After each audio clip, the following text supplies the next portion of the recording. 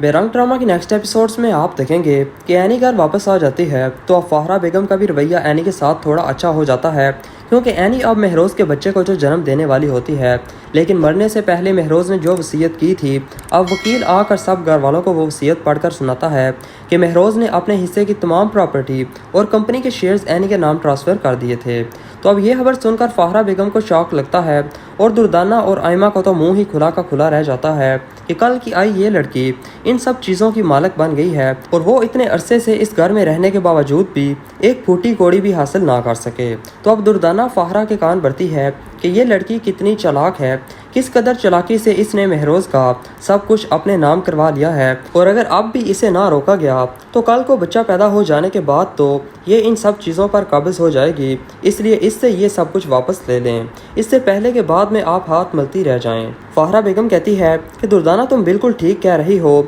इससे तो मैं अपना सब कुछ वापस लेकर ही रहूंगी, और मुझे तो यकीन नहीं आ रहा कि महरोज़ इतनी बड़ी बेवकूफ़ी कैसे कर सकता है। मैं अभी वकील से बात करके पेपर्स रेडी करवाती हूँ ताकि जल्द से जल्द इससे साइन करवा के ये मामला सुलझाया जाए। और अब जब फाहरा बेगम एनी को पेपर्स पर साइन करने के लिए कहती है और साथ में एनी को बातें सुनाती है, तो एनी तो मान जाती है कि उसे इन सब चीज़ों की कोई लालच नहीं है, लिहाजा वो सब वापस कर देगी। लेकिन अब एमन और अफान एनी से कहते हैं कि तुम ऐसा कुछ नहीं करोगी, तुम अब अकेली नहीं हो, महरोज़ भाई की निशानी है तुम्हारे पास, इसलिए महरोज़ भाई की हर चीज़ पर अब तुम्हारा हक है, इसलिए तुम्हें किसी से डरने या अब किसी की तरफ से कोई भी जुल्म बर्दाश्त करने की ज़रूरत नहीं है। अब ये सब कुछ सुनकर तो फाहरा बेगम और दुर्दाना का मुँह ही बंद हो जाता है।